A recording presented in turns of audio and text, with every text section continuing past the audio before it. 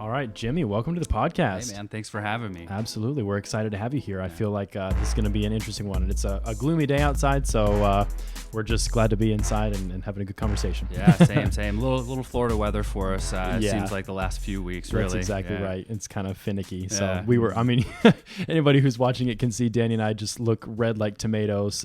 Really, it was nice on Sunday, and now it is not nice anymore. Yeah. Well, we've got those fair skin blues, all of us. Correct. Looks like. So me a little more than him. Yeah. But all right. Well, hey, man. Again, I appreciate you being on the show. Let's just start off by kind of getting a little bit of your background from you. Let's just tell us where you grew up and kind of how you got into Riptide. So.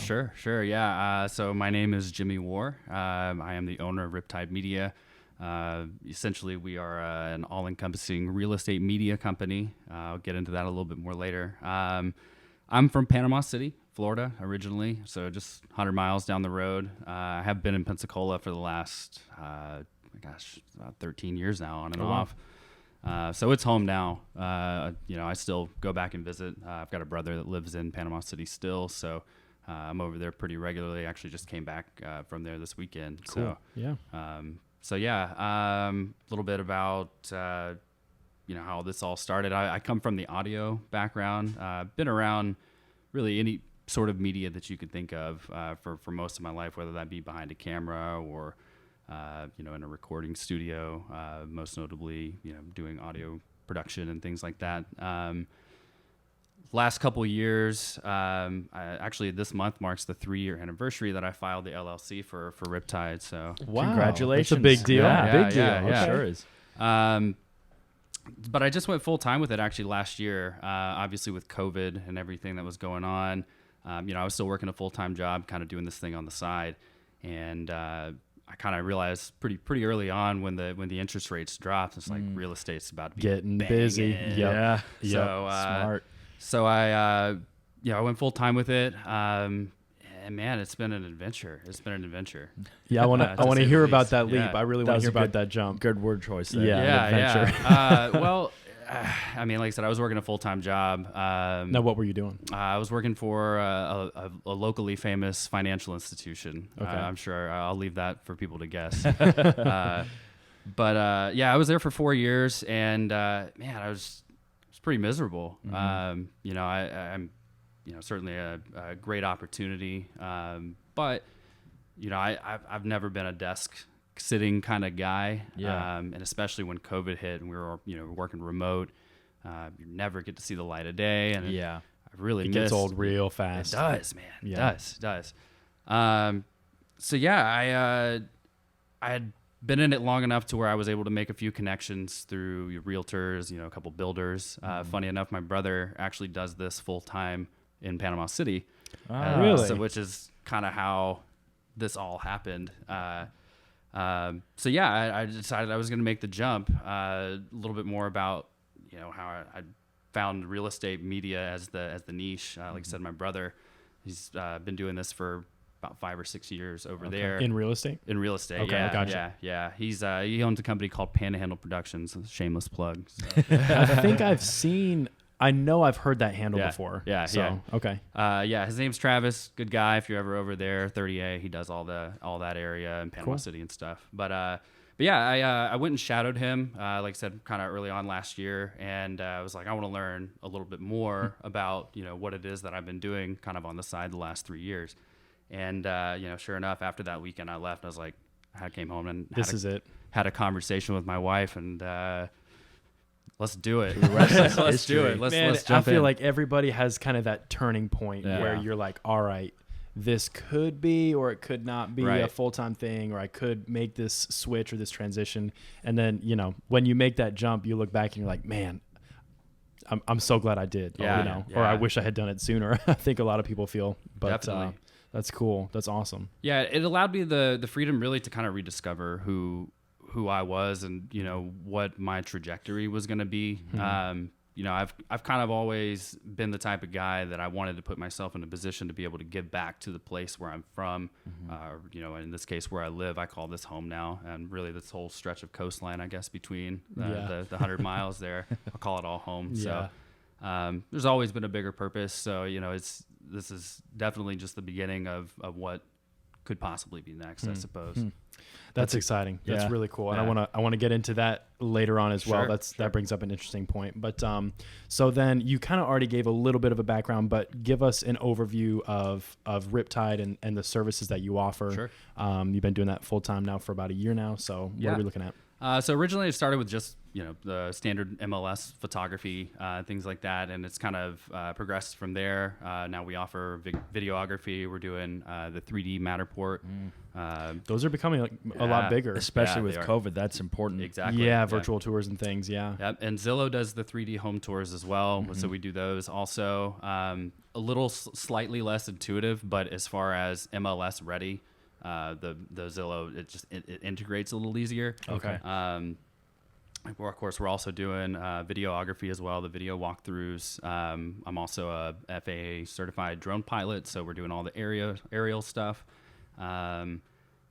Virtual staging. So if you've got a property that's empty, we can put furniture in there to make it stage. I saw a listing last week that had virtual staging done really, really well, and I thought, man, that's really. It made me think of you. Actually, I was like, man, that's really, because I've seen it done terribly many times, and it's like every time I see it, it's like, oh man, that's so ugly. But when it's done right, it's like you can't even hardly tell.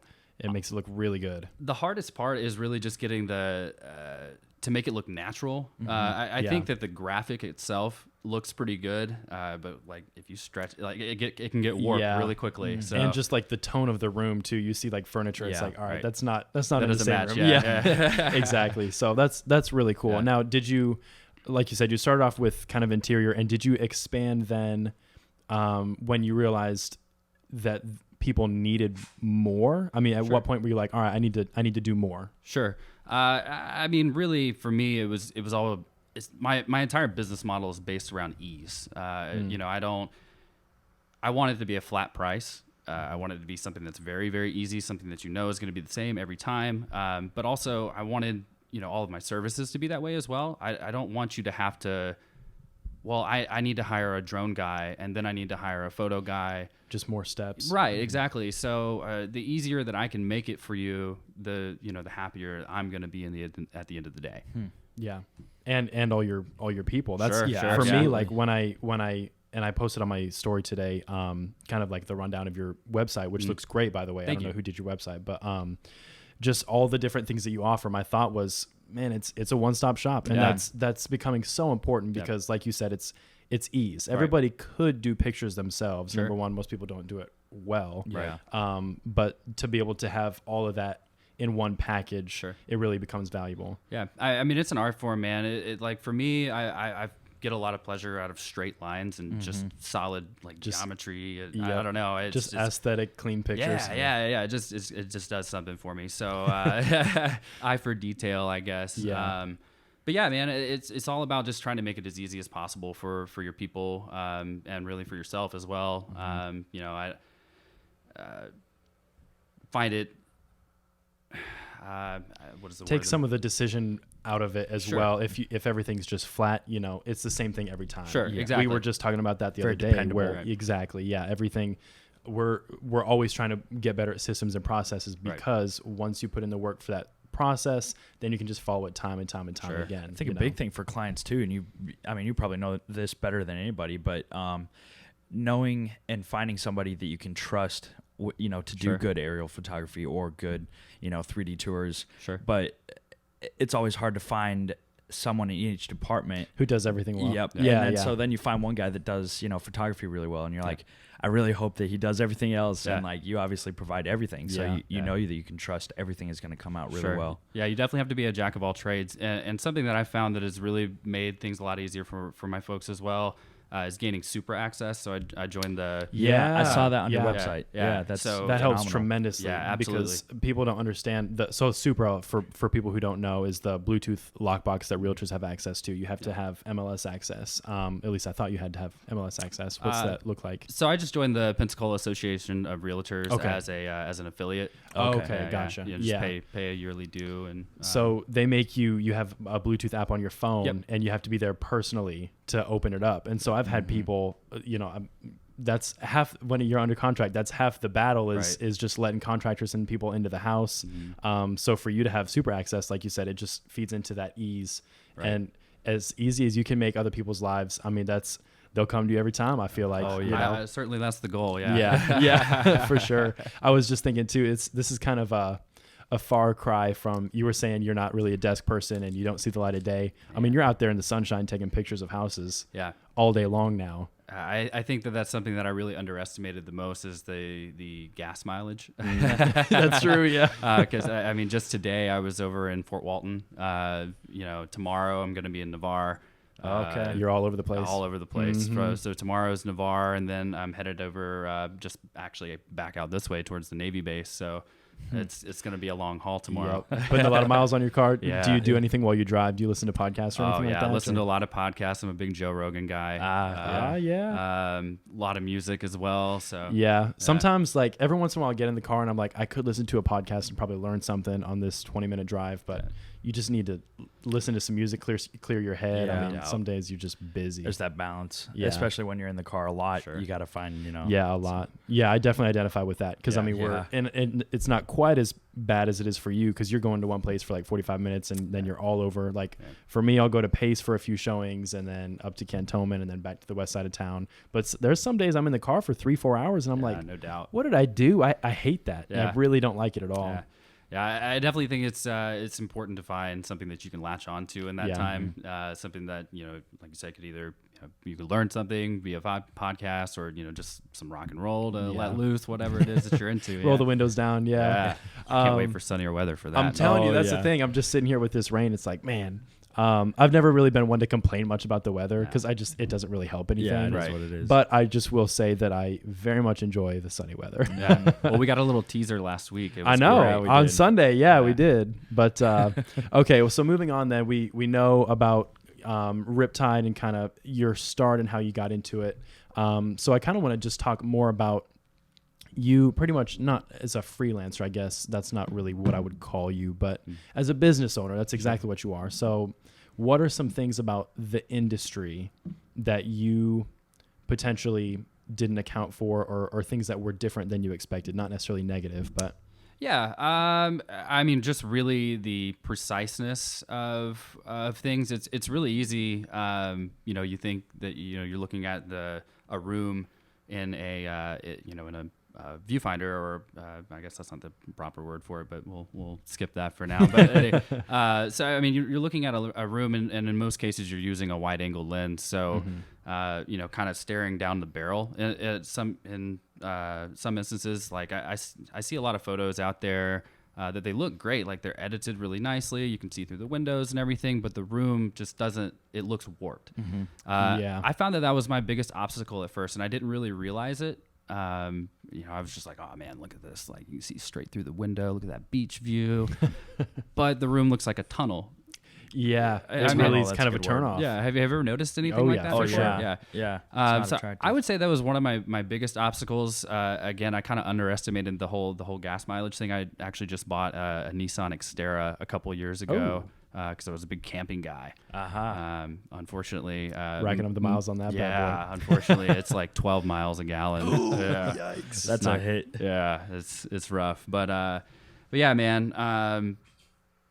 A lot about architectural photography is so much different than like headshot photography or the beach portraits. Some of the things that are really popular in the area. Yeah. With those. Of course, this is not entirely true, but a lot of those types of photography, you're kind of using the same process over and over. Sure. I've kind of found that with real estate and just architectural photography in general, that there are so many different ways in which you can portray a space, and that was just something that, I knew a little bit about. But really having someone that had been in it a little longer than me and having that mentor, somebody that I could talk to and somebody that I could shadow. And of course, YouTube has been my best friend as well. Oh, for sure, yeah. You find there are so many things that you didn't know. Oh, yeah. I could talk for a while just about that. Yeah. I mean, it's crazy. Yeah. If you jump on YouTube on any given subject, it's like, when we first started the podcast, when I was like, I want to start a podcast. And then you start looking up all the different types of microphones and sound design and different stuff like that. It's like, oh man, it's daunting. Daunting is a good word. Well, I gotta say that was actually one of the things that really made me want to come on. Is when I listened to a couple of your episodes, I was like, wow, this is like really well produced. Oh, good. I'm glad. That's awesome. That's awesome. It's been a work in progress for a long time. Yeah, this is my first production experience ever with any audio, so this has been a learning curve for me. But you guys are doing a great job, man. I appreciate that. Coming from an audio guy, that means a lot. Yeah, that's exactly right. And I tell people this all the time. We say this on almost every episode, but any feedback that anybody has, we want to hear it. You know, it's like, because for me, good or bad. Yeah, good or bad. It just, I was talking with Mark, my broker, today, and we were talking about, he used to coach like Little League baseball teams. And he was saying, I was just telling him, like, when I played sports, I always wanted to know if I was doing something wrong. Right. You know, like I would want a coach to come up and say, hey, what you just did there, that was stupid. Like, let's not do that again. Or, hey, your form is off here. Because that's the only way you're going to get better. You know, I think sometimes people don't want to hurt your feelings, but it's like, it's fine. We're just doing something, you know? Yeah. So. Man. If you ever want to humble yourself, play golf. I don't know if you guys are golf guys. I do not play golf. I'll tell you. I grew up playing sports and, you know, baseball, wrestling, football, basketball, the whole nine. You know, and as I became an adult, I started to pick up golf, and man, I was humbled really, really fast. Yeah. I get humbled. I go to like Top Golf, and it's so basic. It's just a driving range, and I'm like, I'll swing a few times and I'm like, I'm done. I'm just going to go make some calls. I'll sell some real estate. I'm better at that. Right. Hey, I think we're getting one of those in Atmore from what I've heard. Really? That's exciting. Because I think the nearest one is in Birmingham, isn't it? Yeah, it's a little ways away. Yeah. That's the one that I went to. Well, maybe New Orleans, maybe? Is there one in Nolan? I don't know. It's still a hike for a Top Golf. Yeah, I feel like it's it's going to be nice. The one in Birmingham was like 3.5 hours away. Yeah. If there's one closer, maybe I would. We'll see. Hey man, that's a good way to blow $300 on a single night. They're expensive, man. Yeah, I know. I'm telling you. This is totally off topic, but I have a buddy who he wants to get into tennis, and I'm like, I feel like golf and tennis are those two like upper class sports, like snooty people kind of play, especially tennis. Yeah. I don't, Evan, if you're listening to this, I'm sorry. I don't actually want to learn tennis. I told him, I was like, yeah, no, I'll play with you. Like, I'll learn it. But I just feel like tennis and golf are two things. I don't want to pick it up at 22 years old, like this late in life. You know what I'm saying? maybe you can meet in the middle and maybe play a little racquetball. There you go. You know what? I've heard good things about racquetball and pickleball. They play that at Pensacola Athletic Center. I've got some friends that have been talking about that for weeks, and every time they bring it up, I'm like, yeah, something pickleball. So I don't really comprehend it fully yet, but it sounds fun. Yeah. That's Mark has explained it to me. I think it's like a shorter version of tennis. Okay. But yeah, it's pretty much just like, oh, cool, man. That's awesome. yeah, exactly. Yeah. But okay, so getting back on track here. And this is kind of like piggybacking on the other question that I was asking you about things you didn't expect about the industry or surprises, but what do you think are some of the biggest challenges that newcomers face? Like, what are the biggest barriers to entry into your business? And I'll just say this as a preface, everybody and their brother likes photography, or you know, you see pages on Instagram all the time, people do photography. So what do you think is kind of that separator between the people who do it well and people who just do it as a hobby? I mean, I think it's just with anything in life, it comes with work habits. Fair enough. You know, it's something you got to get out there and practice. You know, as far as getting started in the industry, I mean, the photography is obviously just the very beginning. I would say that the best advice that I would give to somebody first starting out would be to go and find somebody that you know, if you know a real estate agent, like you had your brother. Right. Mm-hmm. Well, not even that. And in this situation, like if you know somebody that's selling a house or like has a rental or whatever, offer to go shoot that house for free, you know? That's something that I think it's Gary Vee says, like, work for free. Yeah. Work to learn before you can work to earn. Absolutely. That's definitely true. Yeah. I mean, that's what I did. I found I used our real estate agent. We just bought a house a couple years ago, and I called her up. I said, hey, you have any listings available? She's like, yeah. I was like, can I shoot it? For free? Yeah, for free. Yeah. And she was gracious enough to let me do so. So That's great. Yeah, I appreciate that. It certainly helped me get started. You got to have some photos to show somebody before they'll some kind of portfolio. That was one of my first questions. I was like, yeah, that sounds cool. Do you have a portfolio? Right, so, I mean, it's super important. That's the only way you have to judge somebody from their work.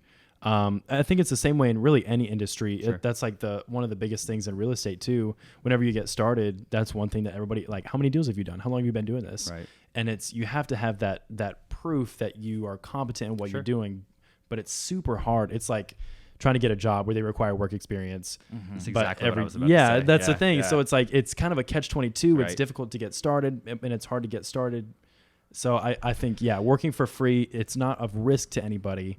It sucks because people feel like their time is worth more, but you gotta break that barrier. So stemming from that, actually, we had a question come through on Instagram that they wanted us to ask you on the podcast. Okay. So what does prospecting look like as a freelancer for that? Like, how did you even get started, and then what do you do now to kind of build that business? Sure. I mean, I think we live in a world where it's pretty safe to say that social media is, unfortunately, sometimes very important in making money. We just started leaning into it ourselves. It's a hard lesson we're doing to our learn. best. Yeah. I've found that's really been my most I guess useful. Prosperous. Yeah. I guess a useful tool because everybody's on it. Everybody's there. Almost, quite literally. Yeah. That's not a joke. Yeah. I think that the biggest thing is to try to not come across like you're selling something because for me, it's not about that. Obviously, I want to make a living and put food on my table just like anybody else. But for me, it's more like, I don't want to just be your photographer. I want to be your marketing partner. So I have a vested interest in you selling your home. Yeah. Or I have a vested interest in you renting out your Airbnb 8 times a month or whatever your goal is.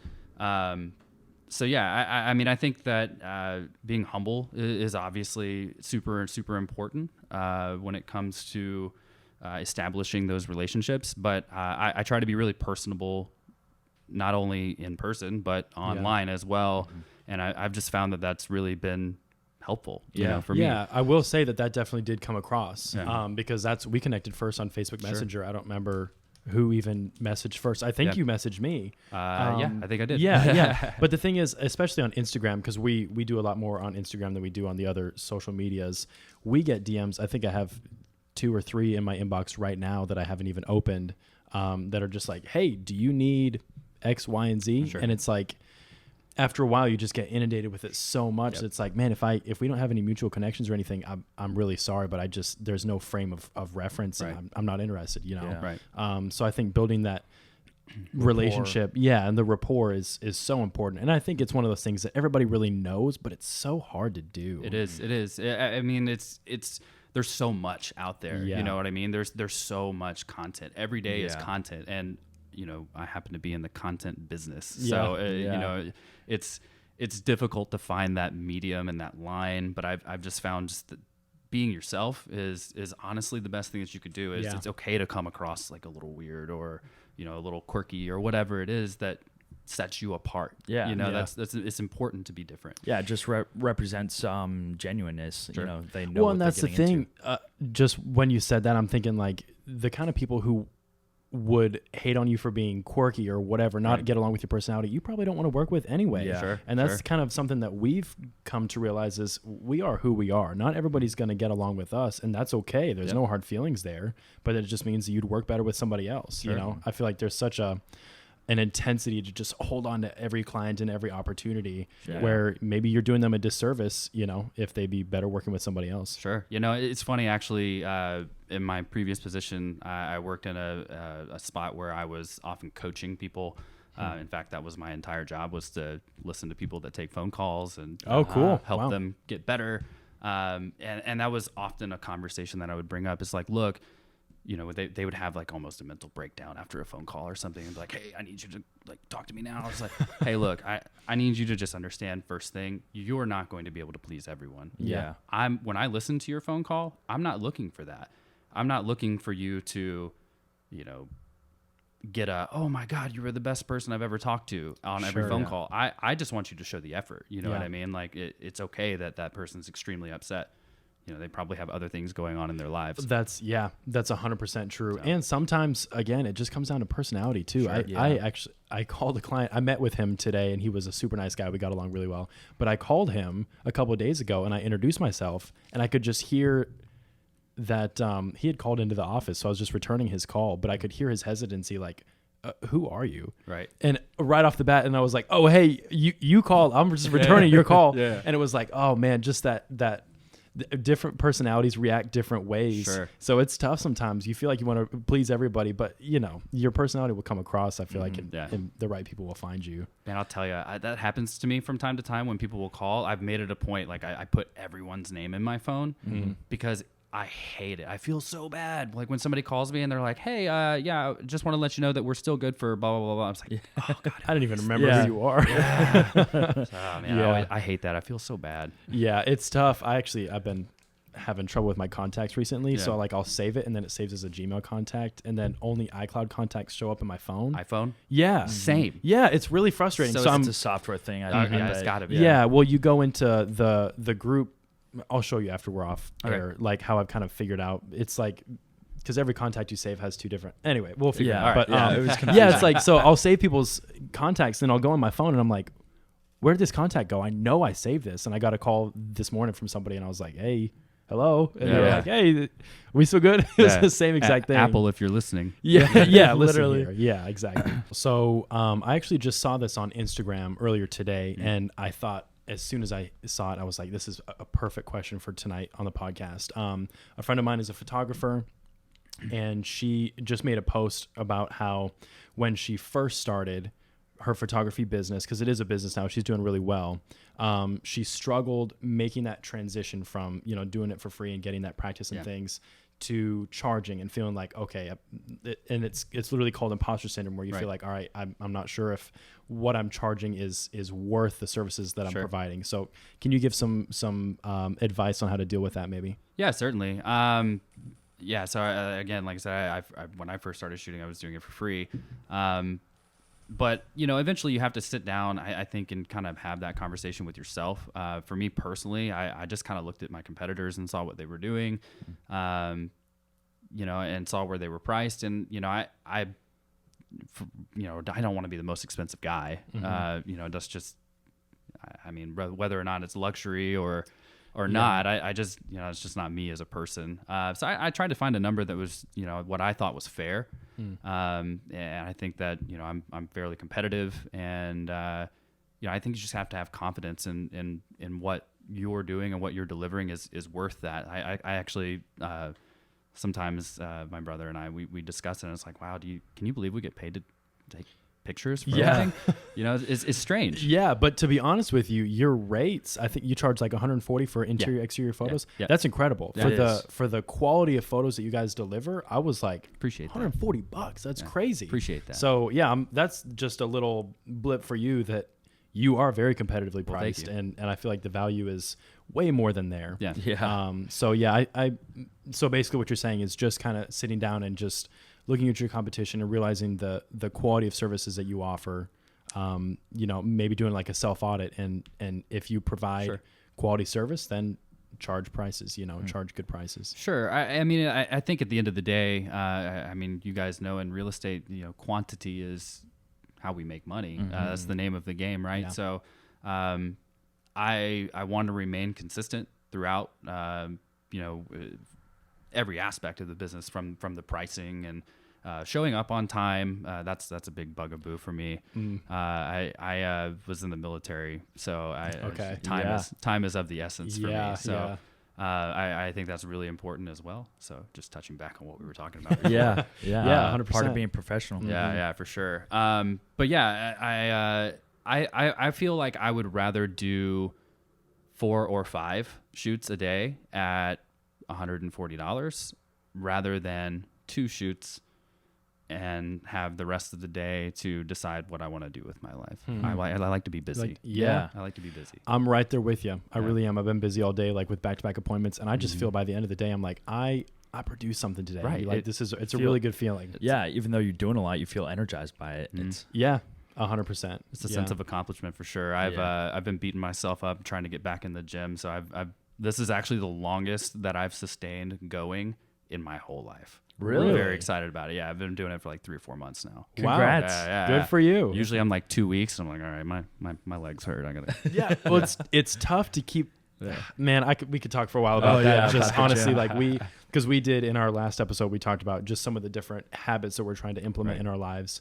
And the gym is one of them that I feel like when you get to the end of a busy day, cap it off with some hard physical work, you go home, take a shower, and then you are tired and ready for bed. Right. And it's just helped like my sleep schedule, helped me feel better, more energized. Right. But it's so easy to start and then just stop. And that's kind of, we started in February 1st because I was like, everybody who started for New Year's is probably going to be dropped off by February. Yeah, absolutely. Yeah. So it's one of those things that's hard to maintain, but I feel like it's so important if you do. It is. I'll say that, when I was younger, that for me, I didn't really get anything out of it. I guess I kind of just expected the results right away. Mm-hmm. And I was just hurting all the time. But like now, he's in pain as a teenager. He's just hurting all the time. Well, I hit the big 3-1 this year. Oh, weird, right? Yikes. I'm actually surprised by that. I wouldn't have guessed. Yeah. Wow. Oh, thanks. Fossil's on the show now. But no, I felt like every time I go to the gym, I actually feel better now. Mm-hmm. I genuinely feel better. I was like, oh, this is what it's supposed to feel like, Yeah, that's a good feeling. It's kind of weird because you didn't have that before, I guess. Yeah, I just turned 24 and it's the same for me. Yeah. Like if I didn't go to the gym for a stretch of about a year, and then when I started going back to the gym, I was like, oh, I can actually like bend over and touch my toes now. Yeah. It's crazy. Yeah, because you just go through, like you in the military especially, and then playing sports, you just go through that whole period. It's kind of forced action. You just don't know what you have, and then when you stop going, it's like, oh, I really need to get back to it. Yeah, it was a huge advantage. But well, kind of piggybacking off that, then just give us some insight into what do your days typically look like right now. I know you're doing several shoots a day, or on at least when it's not raining. Yeah. So what does your schedule look like? So typically I'm up at 7 every day. First thing I do is go to my computer and I look at all the projects from the day before, and I upload them into my delivery system and get those emails sent out. I use a third-party delivery system that makes everything a lot easier for me. Makes it a lot easier for the clients as well. It just gives them their own download portal where everything's uploaded right from their email. There's no crazy Dropbox links or anything like that. It's just nice. Cool. Super, super easy. So that's really saved my life a lot. So yeah, I'll get everything uploaded in the morning. I send out text messages at 8 a.m. to all of all the projects from the day before. It's like, hey, you should have an email from me. It's in there for you. Good to go. After that, I'm off to the gym, usually from 8 to 8:45, 8 to 9-ish. Try to have my first shoot around 9:15, 9:30, something like that. Work throughout the day. Usually done, hopefully, by 4. Tomorrow will probably be like 6. Shoot for it. Yeah. All the drive time. Yeah. But yeah, after that, come home, upload everything, go through all of it, get it separated into folders, and start editing. Very nice. And like I said, I was kind of telling you guys this a little bit earlier. Depends on the day. If I'm only shooting 1 or 2 houses, I'm gonna come home and I'm gonna edit it myself. But I do also have an editor that I work with that I'm really specific with, and make sure that we're on the same page, we're doing the same thing, so everything remains consistent. Yeah. Okay. So. Yeah, that was gonna be one of my other questions too. Is have you utilized outsourcing, or are you pretty much? It sounds like you got an editor. Yeah. Do you do pretty much everything else yourself for right now? Yeah. Okay. It's a one-man band right now. Yeah. So it's a process to find an editor. It is. You usually end up going through several before you settle on one. And I try not to outsource as much as I can, but until we get to a point where I'm hiring people full time, I prefer to keep it in house and just outsource it when I can. Yeah, that's when I have to rather. Yeah, I think that's the best way to do it, especially when you're you have really high standards. It's tough to outsource because you're picky about what you want we struggle with the same thing. I'm on him all the time about like, hey, let's do this different, or let's maybe tweak this in the future. Yeah. And he's like, we just decided last week this is how we were going to do it. Yeah. I don't let anybody touch any of my video. I do all that myself. Yeah, I understand that. Yeah. Well, that's cool. That was I was curious to see, because it looks like, I mean, honestly, just looking at the website and things like that, and just going through your socials, you look like a big deal, and it's cool to see. It's cool to see you kind of handling all of that stuff yourself, at least for right now. And it's all up in your head, and you get it all done. So that's awesome. I appreciate it, man. So what do you like to do in your free time, man? I'm sorry, I didn't mean to cut you off. You're good. A lot of trial and error. For sure. Yeah, a lot of failing before anything. So, I mean, that's the process. Yeah, that's exactly right. So free time, man. What's that? I know how you feel.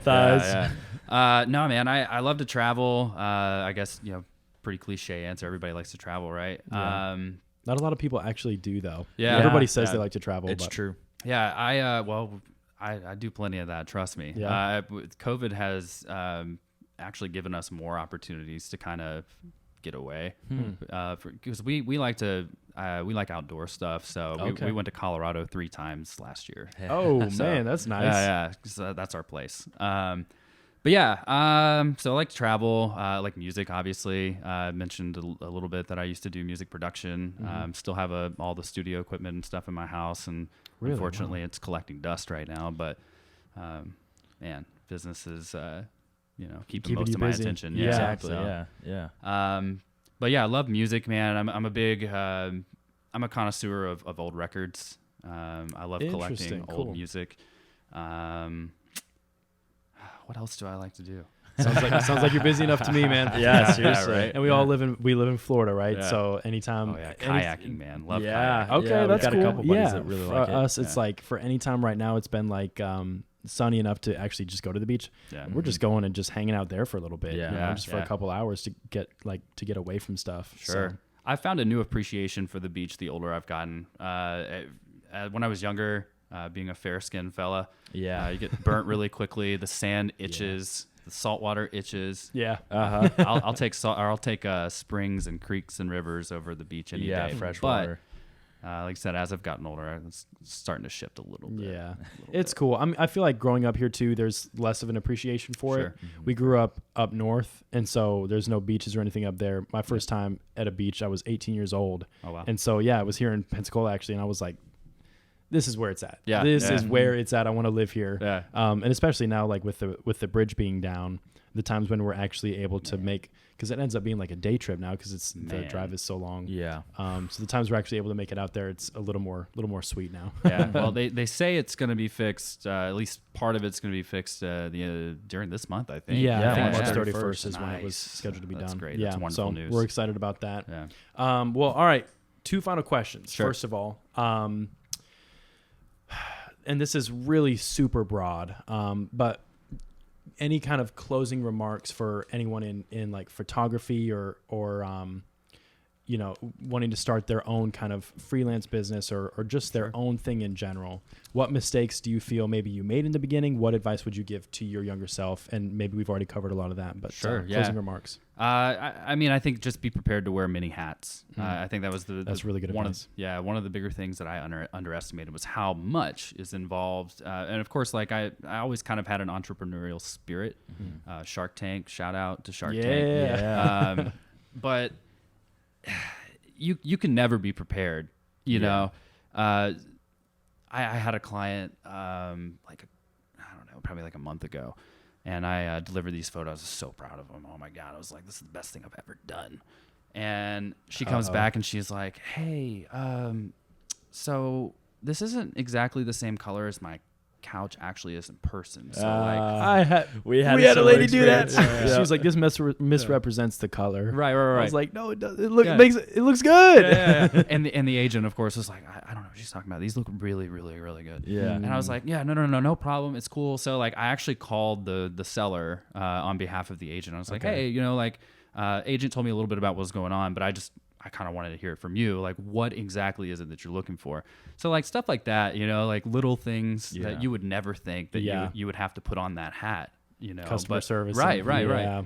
And even coming from a customer service background of, you think that you've seen it all, right? Yeah. You No. No, truly have. Yeah, you're never prepared. But yeah, just be prepared to wear many hats, whether that be your marketing hat or your customer service hat, or just your friendly hat. Don't forget to be a friend to people. Yeah. There's a lot of stuff going on out there, and people just want positivity. Yeah, 100%. So we're gonna take a picture of you and put a quote, wear your friendly hat. Yeah, we're gonna put that on Instagram. Yeah. Radiate positivity. Radiate positivity. Yeah. Shout out to Bonnaroo.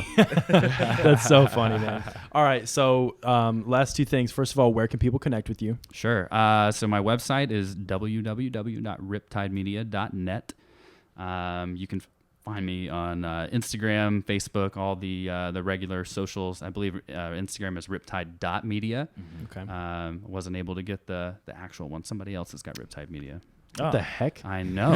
You'd think. Facebook is at Riptide Media LLC, but you can just type in Riptide Media. Chances are the algorithm's going to help you find me pretty quickly if you're in the area. Yeah, we'll link all that up in the show notes. Yeah. And okay, so one final question, and I heard this on another podcast, and I was like, man, that's a great question. What are you most excited for right now? Is whether it's business growth or personal growth or something? What's something that really gets you really excited up? Sure. I'm going to have to use just my cheesy life mantra here. And it's the truth though. I legitimately try to make every single day better than the day previous. So I'd have to say, business growth, personal growth, really just looking forward to what 2021 is going to bring in general. Hopefully we get back to normal soon. Yeah. Get out and just see people's faces again. Really looking forward to that. Yeah, 100%. That's the same thing for us too. It's there's always opportunity. Anytime you wanna work and pursue something, your goals are just beyond reach. So it's cool. Doubt. It's no cool. doubt. All right, well, Jimmy, man, this has been a good episode. I feel like we covered a lot of ground. Yeah. we did. So we appreciate you being on the show, and we'll do a follow-up episode here, in a little while. Yeah, man. Happy check to in do on it. Riptide. Pleasure, man. Thanks for having me. Thanks.